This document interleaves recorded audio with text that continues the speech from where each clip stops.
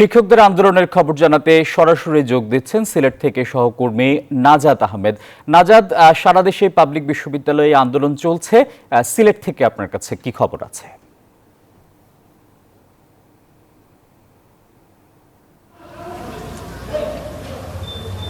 ধন্যবাদ আপনাকে। আমি আছি এখন শাহজালাল বিজ্ঞান ও প্রযুক্তি বিশ্ববিদ্যালয়ে। আপনারা যেমনটি জানেন, সর্বজনীন পেনশন স্কিল থেকে বিশ্ববিদ্যালয় শিক্ষকদের যে অন্তর্ভুক্তি সেই যে অন্তর্ভুক্তির যে দাবি সহ 3টি দাবিতে বিশ্ববিদ্যালয় শিক্ষকরা আন্দোলন চালছেন। সিলেটে কিন্তু শাহজালাল বিজ্ঞান ও প্রযুক্তি বিদ্যালয়ের শিক্ষকরা কিন্তু আন্দোলন করেছেন, আজকেও কর্মরত করেছেন, আজকে তারা মানববন্ধন করেছেন।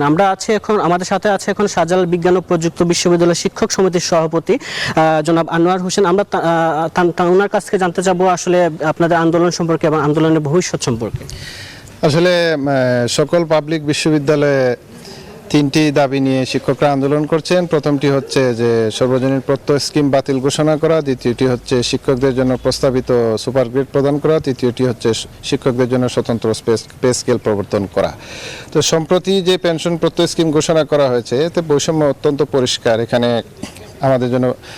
আমাদের প্রভিডেন্ট ফান্ডের কোনো বিষয় নাই, গ্র্যাচুইটি থাকবে না, ছুটি নগদায়নের কোনো ব্যবস্থা থাকবে না, এবং উৎসব ভাতা বা বোনাস কিছুই থাকবে না। শুধুমাত্র এবং সর্বোপরি আমাকে 10% টাকা বেসিক থেকে দিতে হবে। সেই টাকা থেকে আসলে সরকার আরও 10% টাকা দিয়ে সেখান থেকে পেনশন জেনারেট করবেন। সো এটা পরিষ্কারভাবে বোঝা যায় এটা বৈষম্যমূলক। আমরা অবিলম্বে শিক্ষকের যে কর্মবিরতি করছেন স্টুডেন্টদের একটাই স্থবিরতা দেখা যাচ্ছে শিক্ষা কার্য, সেক্ষেত্রে আপনারা কীভাবে এটা পোষাবেন? এটা আমরা বলতে পারি যে আমাদের আন্দোলন যদি শেষ হয়, অতিরিক্ত ক্লাস পরীক্ষা নিয়ে আমরা সেগুলো কভার করার চেষ্টা করব। ধন্যবাদ। আপনারা যেমন দেখেছেন শুনেছেন, শিক্ষকরা আসলে এই কর্মবিরতি চালিয়ে যাবেন তাদের দাবি আদায় না হওয়া পর্যন্ত। সব মিলে এই ছিল আমার কাছে সিলেট থেকে শিক্ষকদের কর্মবিরতির সর্বশেষ খবর। নাজাত, আপনাকে ধন্যবাদ। দর্শক, এবারে আমরা ঢাকা বিশ্ববিদ্যালয়ে যেতে চাই। সহকর্মী জুবায়ের সানি আমাদের সঙ্গে সরাসরি যুক্ত আছেন। সানি, কাল তো আন্দোলনকারীদের সঙ্গে বৈঠকে বসবেন ওবায়দুল কাদের, শিক্ষকরা কি বলছেন?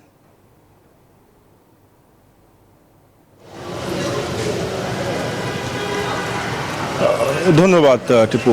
আগামীকাল ওবায়দুল কাদেরের সঙ্গে আন্দোলনে বসার কথা রয়েছে, এবং যেটি তারা বলছেন শিক্ষক নেতারা যে আন্দোলন চলবে, আগামীকালকেও কর্মবিরতি তারা চালিয়ে যাবেন, কিন্তু সেই সঙ্গে আলোচনাও তারা করবেন, এবং 3টি তাদের যে দাবি রয়েছে সেই দাবি নিয়ে তারা ওবায়দুল কাদেরের সঙ্গে আলোচনা করবেন। কিন্তু সকালে আলোচনাটি হওয়ার কথা রয়েছে, কোথায় সেটি হবে সেটি কিন্তু এখনও নিশ্চিত না, পরবর্তীতে হয়তোবা সেটি জানা যাবে।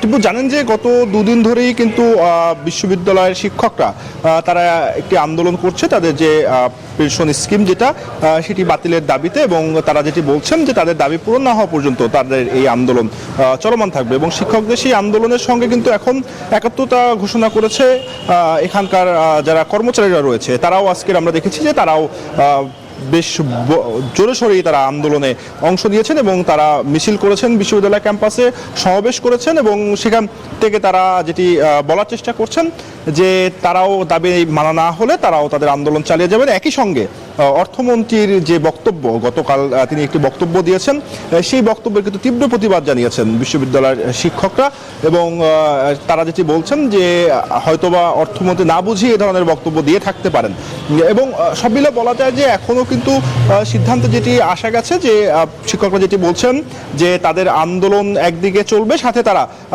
যে সরকারের সঙ্গে বৈঠক সেটিও তারা চালিয়ে যাবেন। তো টিপু, এই ছিল এখানকার সর্বশেষ তথ্য। চলে যাচ্ছি স্টুডিওতে।